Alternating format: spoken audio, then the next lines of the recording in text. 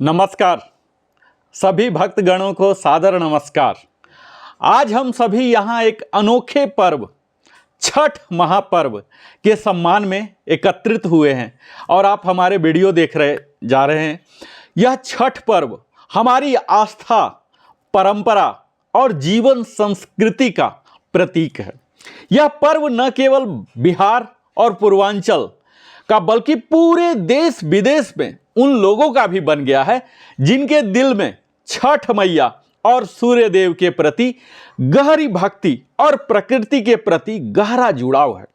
छठ पर्व केवल एक धार्मिक अनुष्ठान नहीं बल्कि हमारी संस्कृति का उज्जवल प्रतिबिंब है, जो हमें सिखाता है कि कैसे हम सभी एकजुट होकर हर परिस्थिति में सह अस्तित्व के साथ एक खुशहाल और संतुलित जीवन जी सकते हैं। आज आप इस वीडियो में देखने जा रहे हैं छठ मैया और सूर्य देव की पूजा का कारण क्या है, सूर्य देव और षष्ठी तिथि का महत्व क्या है। पुराणों में षष्ठी माता का परिचय जानेंगे। छठ महापर्व जो कि समर्पण, परिश्रम और एकता का महापर्व माना जाता है, इसकी जस्टिफिकेशन जानेंगे। इसके साथ ही आप जानेंगे कि स्वच्छता और पर्यावरण संरक्षण का यह पर्व क्यों माना जाता है। छठ हमारे वनस्पति विज्ञान का पर्व है। हम बिहार वासियों के सूर्य से एक खास क्या संबंध है, छठ महापर्व के मनाने के पीछे वो वैज्ञानिक लाभ क्या है, कारण क्या है, तथ्य क्या है, और इसके साथ ही हम सदैव की भांति निष्कर्ष जो कि आपके लिए टेक अवे होगा यह तो जानेंगे ही। यह छठ पर्व खासकर नारी सशक्तिकरण का एक संदेश देता है। तो आइए हम अपनी वीडियो की प्रारंभ करें। इससे पहले मैं Narendra Kumar, wellness consultant, entrepreneur trainer, आप सबों से विनम्र निवेदन करता हूं, अगर आप हमारे चैनल को अभी तक सब्सक्राइब नहीं किए हैं कृपया सब्सक्राइब कर लें। अब बेहतर लगे तो लाइक करें, बेहतर नहीं लगे तो आप डिसलाइक भी कर सकते हैं। अपने सगे संबंधियों के साथ साझा करें और बेल आइकन अवश्य ही पुश करें ताकि हमारे द्वारा बनाई गई, लिविंग हैप्पली के द्वारा बनाई गई सभी वीडियो का नोटिफिकेशन आपको मिल सके। यह सब्सक्रिप्शन क्यों जरूरी है, हम सब यूट्यूबर क्यों कहते रहते हैं कि अवश्य सब्सक्राइब करें। जब आप सब्सक्राइब करेंगे तो आपके जीवन की भांति ही इस चैनल को भी विकास और वृद्धि का एक अच्छा शुभ अवसर मिलता है ताकि हम बेहतर, बड़ी से बड़ी रिसर्च टीम और ज्यादा से ज्यादा संसाधन इस पर लगा सकें ताकि प्रामाणिक सूचना, जानकारी, आपके लिए यूजेबल स्किल आपको मुहैया करा सके। इस छठ पर्व की शुरुआत नहाय खाए के साथ होता है। यह 4 दिवसीय त्योहार में 36 घंटे का कठोर उपवास रखा जाता है जो सूर्य देव और उनकी बहन छठी मैया को समर्पित है। छठ पूजा न कि बिहार और यूपी के सबसे बड़े और प्रमुख त्योहारों में से है, आज तो कई महानगरों में भी इसकी परंपराएं, मनाने का तरीका हर जगह यह हो रहा है, जहां घरों की सफाई से लेकर पूजा सामग्री, सूप खरीदने तक की तैयारी कई दिनों पहले से ही शुरू हो जाती। और यह छठ महापर्व वैदिक युग से ही चला आ रहा है। तो आइए हम इस महत्वपूर्ण पर्व की जुड़ी कई महत्वपूर्ण बातों, तथ्यों को जानते हैं। छठ मैया और सूर्य देव की पूजा का कारण क्या है। बहुत से लोग सोचते हैं कि इस पर्व में केवल सूर्य देवता की पूजा क्यों नहीं होती और इसके साथ छठ मैया का क्या महत्व है। छठ मैया, जिन्हें हम षष्ठी देवी के रूप में जानते हैं, जीवनदायिनी शक्ति की प्रतिमूर्ति हैं। वह सभी बालकों की रक्षा करती हैं और उनके अच्छे स्वास्थ्य और लंबी आयु का आशीर्वाद देती हैं।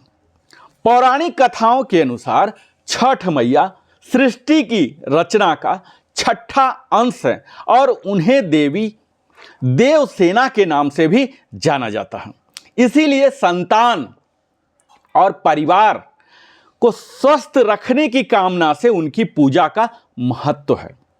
प्रथम दिवस छठ का जो होता है पहला दिन, जिसे नहाय खाए कहा जाता है, दिवाली के चौथे दिन यानी कि कार्तिक शुक्ल चतुर्थी को यह नहाय खाए मनाया जाता है। इस दिन घर की सफाई और शुद्धिकरण की जाती है। फिर छठ व्रती स्नान कर सात्विक भोजन ग्रहण कर अपना व्रत प्रारंभ करते हैं। नहाय खाए में भोजन में व्रती चावल, लौकी के सब्जी, छोले और मूली आदि का सेवन करते हैं। व्रती के भोजन करने के बाद ही परिवार के अन्य सदस्य इस महाप्रसाद का सेवन करते हैं। द्वितीय दिन, जिसे खरना या लोहंडा के नाम से जाना जाता है, और तीसरे दिन अस्ताचलगामी भगवान भास्कर को पहला अर्घ समर्पित किया जाता है, और चतुर्थ दिवस उदीयमान भगवान सूर्य को अंतिम अर्घ देने के साथ ही छठ पूजा का समापन होता है। सूर्य देव और षष्ठी देवी का क्या महत्व है? तो सूर्य देव को हम अपने प्रत्यक्ष देवता के रूप में मानते हैं, क्योंकि बहुत सारे देवता देवी हैं, भगवान हैं, पर सूर्य का तो दर्शन प्रतिदिन हम करते हैं और इसे माना जाता है यह अल्टीमेट सोर्स ऑफ एनर्जी है। चाहे वो कोई पेड़ हो, पौधा हो, हर प्राणी के लिए सूर्य के बिना उसके जीवन की कामना कर नहीं सकते। यह सूर्य हमें प्रतिदिन रोशनी, ऊर्जा और जीवन देते हैं। सामान्यतः सूर्य देव की पूजा सप्तमी तिथि को की जाती है, परंतु छठ पर्व में यह पूजा षष्ठी तिथि पर होती है। इसका कारण यह है कि इस दिन ब्रह्म और शक्ति दोनों का अद्भुत संगम होता है। यहाँ सूर्य देव और छठ मैया दोनों की आराधना की जाती है, और यह एक अद्वितीय शक्ति का आवाहन है जो हमें विशेष आशीर्वाद और पुण्य प्रदान करता है। पुराणों में षष्ठी माता का भी वर्णन है। श्वेताश्व उपनिषद में वर्णित है कि परमात्मा ने सृष्टि की रचना के लिए स्वयं को दो भागों में बांटा। दाहिने भाग से पुरुष का स्वरूप उत्पन्न हुआ, जबकि बाएं भाग से प्रकृति का रूप सामने आया। ब्रह्मवर्तुल पुराण के प्रकृति खंड में बताया गया है कि सृष्टि की अधिष्ठात्री प्रकृति देवी का एक प्रमुख अंश देव सेना के नाम से जाना जाता है, क्योंकि यह देवी प्रकृति का छठा अंश है। इसलिए इनका एक प्रसिद्ध नाम षष्ठी भी है। इनकी क्या क्या विशेषताएं हैं तो जानिए। सुरक्षा और दीर्घायु। पुराणों के अनुसार षष्ठी देवी सभी बच्चों की रक्षा करती हैं और उन्हें लंबी आयु प्रदान करती हैं। साष्ठांसा प्रकृत्यस्य च स यस षष्ठी प्रकृतिता। बालकाधिष्ठिति देवी विष्णुमया च बालदा। आयु प्रदा च बालना धात्री रक्षण कारिणी। संतत शिशुपास्यवर्षथा योगेन सिद्धि योगिनः।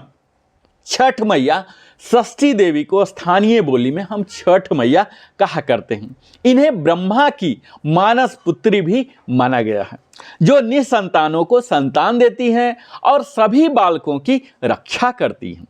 आज भी भारत के कई हिस्सों में बच्चों के जन्म के छठे दिन षष्ठी पूजा या छठी पूजा का आयोजन किया जाता है।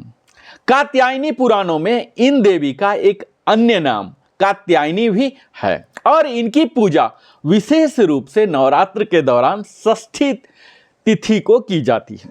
इस प्रकार षष्ठी देवी का महत्व केवल धार्मिक विश्वासों में नहीं, बल्कि समाज में बच्चों के स्वास्थ्य और कल्याण के प्रतीक रूप में भी महत्वपूर्ण है।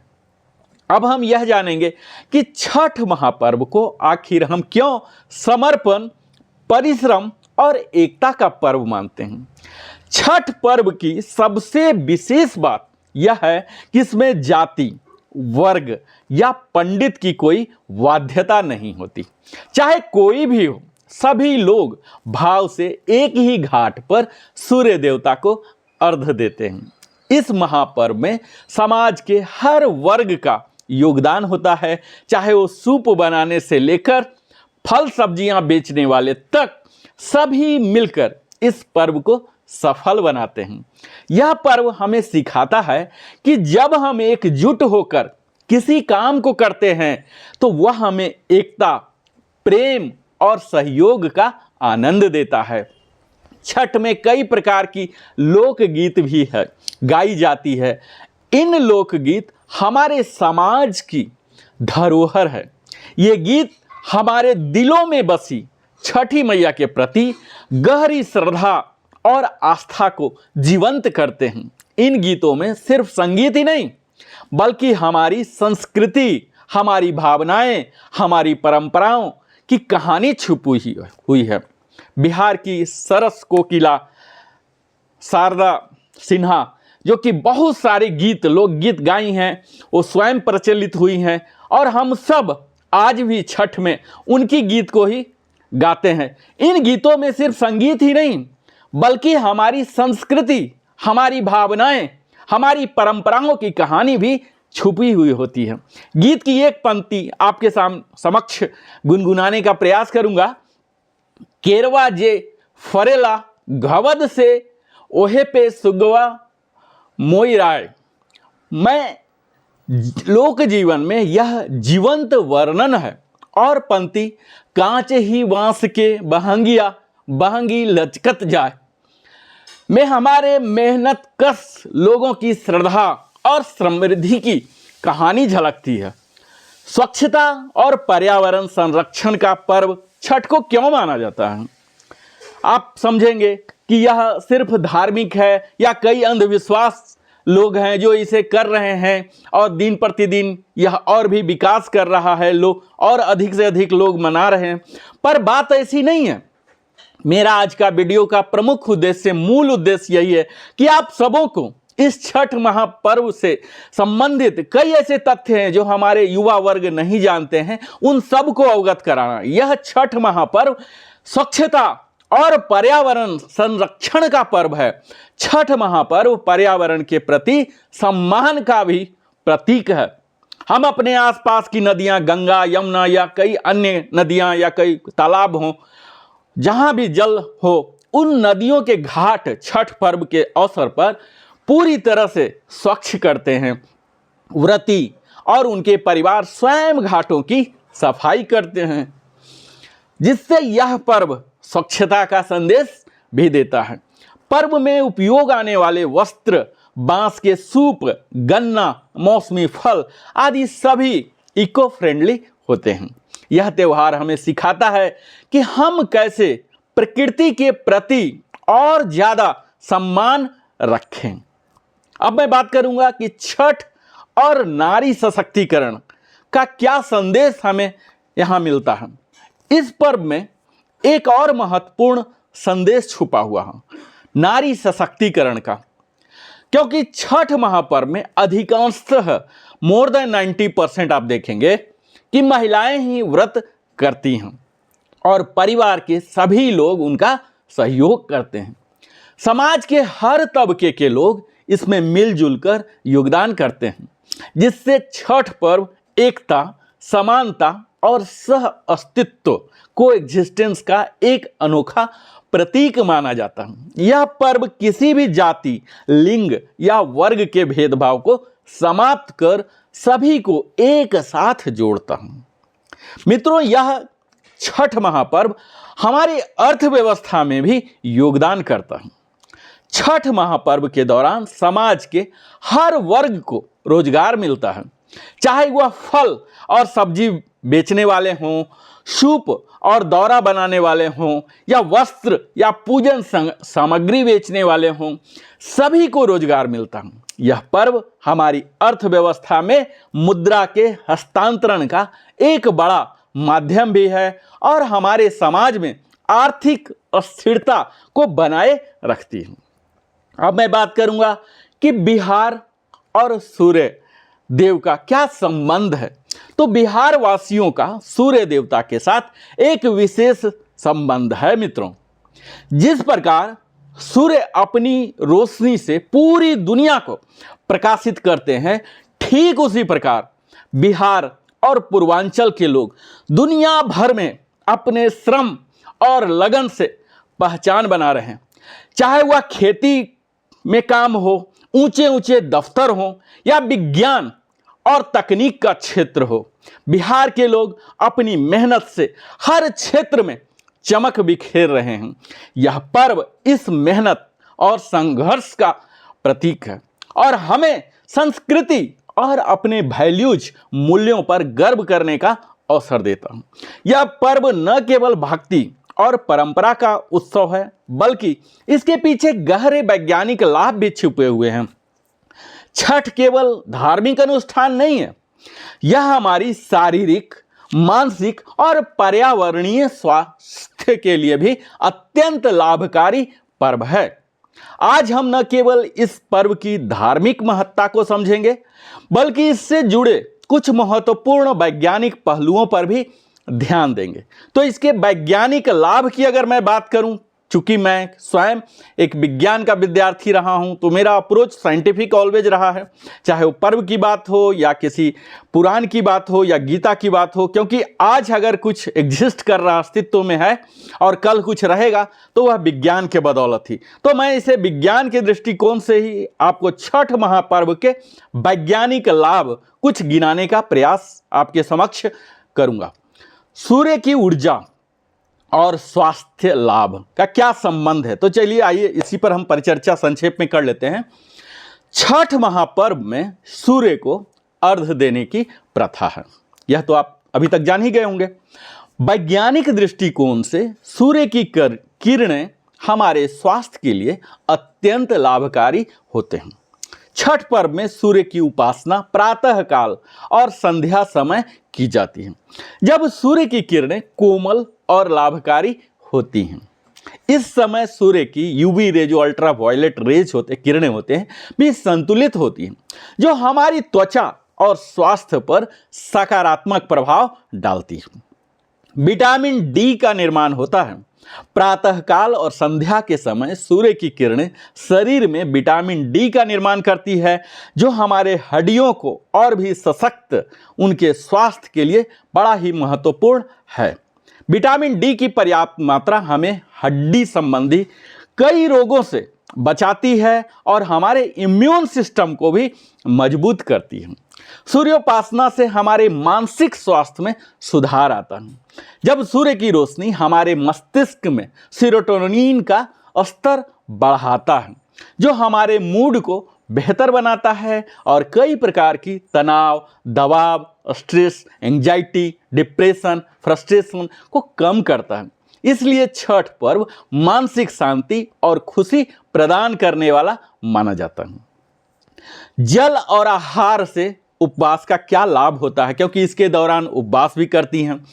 छठ महापर्व में व्रत रखा जाता है, जिसमें उपासक जो व्रती है दिन भर यानी कि 36 घंटे तक निर्जल और निराहार रहते हैं, यानी कि जल तक ग्रहण नहीं करते हैं, किसी भी प्रकार का आहार ग्रहण नहीं करते हैं।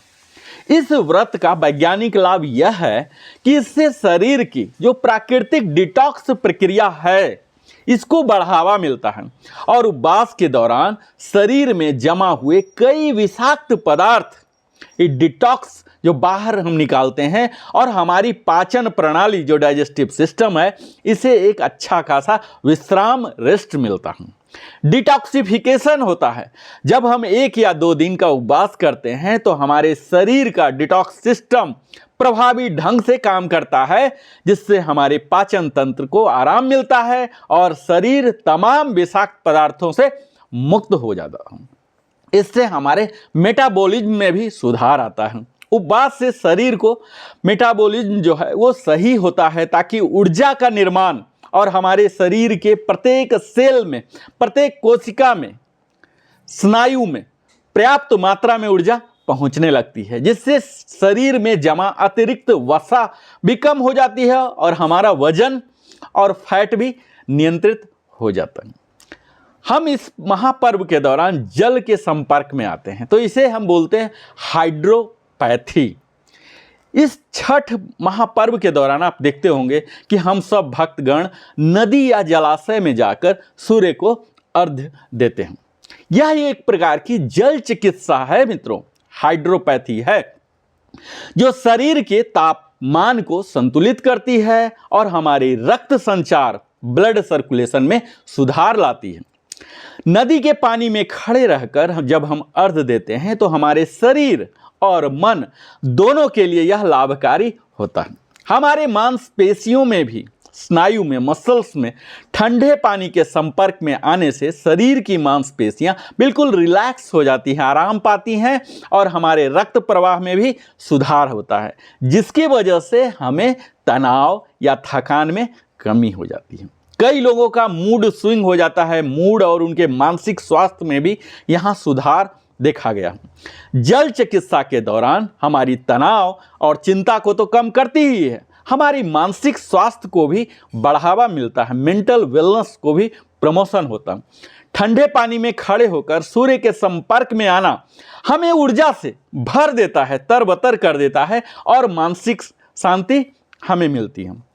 हमारी सकारात्मकता और ध्यान की शक्ति भी बढ़ जाती है। छठ महापर्व का एक और वैज्ञानिक पहलू यह भी है कि इस पर्व के दौरान व्रत रखने वाले ध्यान और एकाग्रता में लीन रहते हैं। ध्यान हमारे मानसिक स्वास्थ्य के लिए अत्यंत लाभकारी होता है।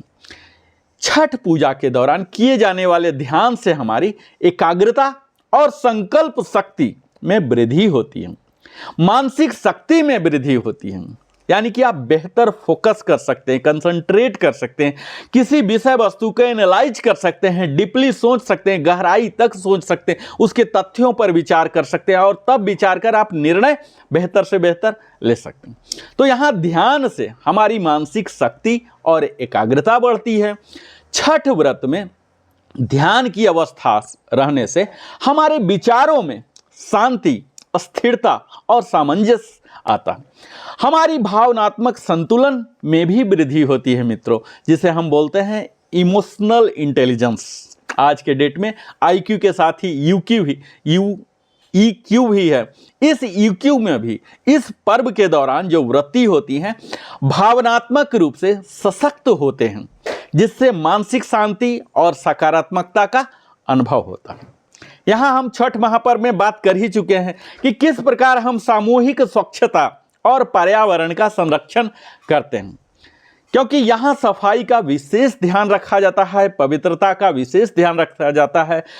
इस के दौरान हम देखते ही हैं कि सारे नदियों को, पोखर, तालाब जहाँ भी हैं उसकी सफाई करते हैं। तो यह हमें प्रकृति के प्रति सम्मान देना सिखाता है और प्रदूषण से बचाव का भी संदेश देता। इस उत्सव में उपयोग होने वाली सभी सामग्रियां जैविक और पर्यावरण के अनुकूल ही होती है। कोई भी प्रोसेस्ड थिंग फैक्ट्री में जाके नहीं होता, कोई फैब्रिकेशन, प्रोडक्शन नहीं होता, नेचुरल ही बिल्कुल इको फ्रेंडली रूप में ही होते हैं। जैसे कि बांस के सूप, गन्ना, मौसमी फल प्रकृति में इसी प्रकार मिलते हैं और ऐसे ही इस्तेमाल होते हैं। इससे हमारे पर्यावरण संरक्षण को भी बढ़ावा मिलता है। छठ महापर्व में प्रयुक्त सभी सामग्रियां बिल्कुल जैविक होती हैं, जिससे पर्यावरण को किसी भी प्रकार का नुकसान नहीं पहुंचता है। यह पर्व एक इको फ्रेंडली उत्सव है जो पर्यावरण संरक्षण का प्रतीक भी माना जाता है। सामूहिक सफाई अभियान हम करते हैं। पर्व के दौरान घाटों और जल स्रोतों की सफाई की जाती है, जो कि हमारे प्राकृतिक जल स्रोतों की सुरक्षा और स्वच्छता को बढ़ावा देता है। इस पर्व के कारण समाज में स्वच्छता के प्रति हमारी जागरूकता, अवेयरनेस बढ़ती है, जो कई लोग अदरवाइज सोशली स्वच्छता अभियान में नहीं भाग लेते हैं, लेकिन आज पर्व के कारण ही, धर्म के कारण ही करते हैं। यहाँ समर्पण और सामाजिक एकता का भी लाभ हमें मिलता है मित्रों।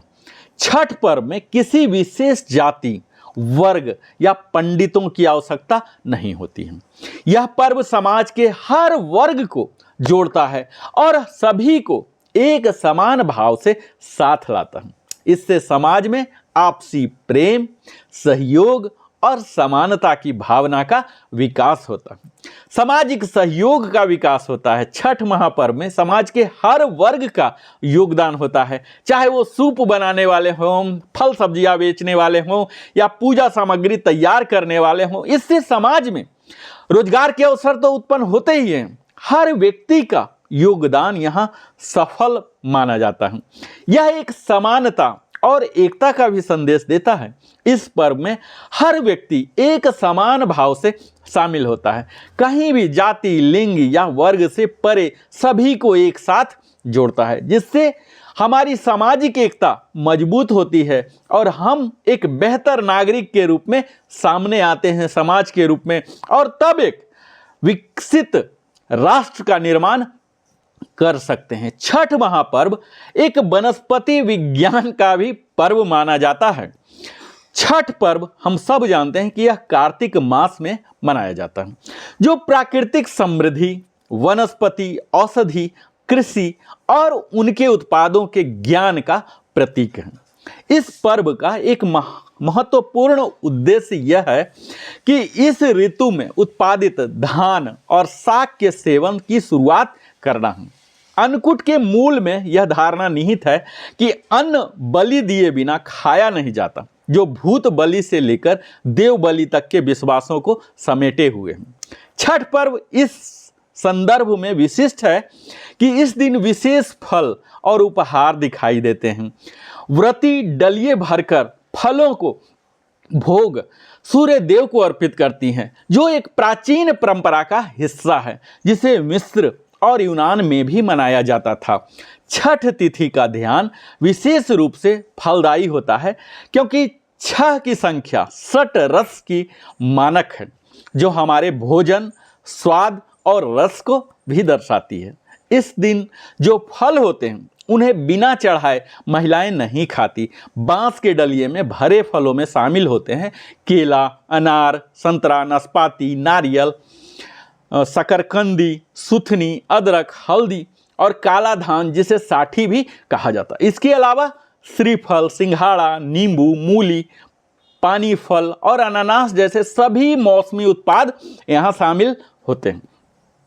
ईख का तोरण और बांस की टोकरी, यह भी आप देखेंगे, यह सब वंशानुगत अर्चना का हिस्सा है। चवर्णक और मसालों में पान, सुपारी, लौंग, इलायची और सूखा मेवा भी शामिल होते हैं। यह पर्व हमें सिखाता है कि प्रकृति ने जो कुछ हमें दिया है उसका अंश हमें उत्पाद शक्तियों को निवेदित करके ही ग्रहण करना चाहिए। यह विचार भारतीय संस्कृति का एक अनूठा हिस्सा है, जो गीता द्वारा भी समर्थित है।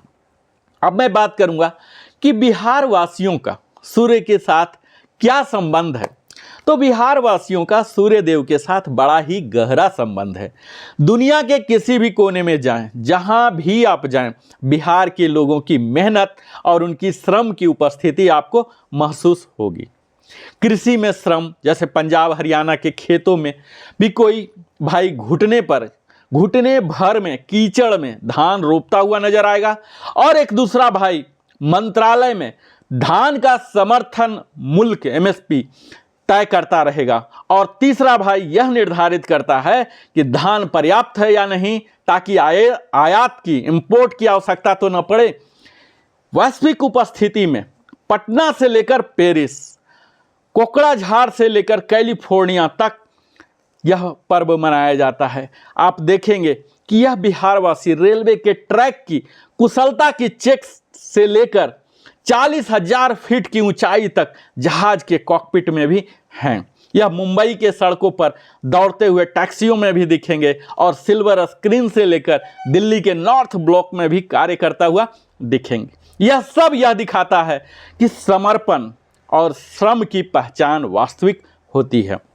इसी का प्रतीक है यह छठ महापर्व, जहां हम देखते हैं कि गगनचुंबी इमारतों से लेकर अनाज के भरे गोदामों तक बिहारवासियों की मेहनत की छाप हर जगह है। वहीं अर्थशास्त्र की नीतियों से लेकर राजनीति के सिद्धांतों तक हर क्षेत्र में बिहारवासी सक्रिय नजर आते हैं। आप सब शायद यह सोचेंगे कि यह अस्त होने का भ्रम पाल लिए हैं, कई लोग ऐसा सोचते हैं, लेकिन यह ऐसे लोग हैं जो आपके शहर के नीतियां भी बना रहे हैं। इस प्रकार छठ पर्व केवल एक धार्मिक अनुष्ठान नहीं, बल्कि यह हमारे श्रम, हमारी संस्कृति और हमारे जीवन के हर पहलुओं का प्रतीक मानते हैं। इसे मानकर हम न केवल सूर्य देवता का आभार प्रकट करते हैं, बल्कि हम अपनी जड़ों से जुड़ते हैं और समाज के हर वर्ग को एक साथ लाने का प्रयास करते हैं। जैसा कि अब इस वीडियो में बहुत बड़ा हो गया और सदैव आप मानते हैं और मुझे माफ़ भी करते हैं, तो छठ पर्व मित्रों, मैं लास्ट में इतना ही बताऊं कि इसे एकमात्र धार्मिक अनुष्ठान न माने, यह एक वैज्ञानिक दृष्टिकोण से भी हमारे जीवन के लिए अत्यंत लाभकारी पर्व है।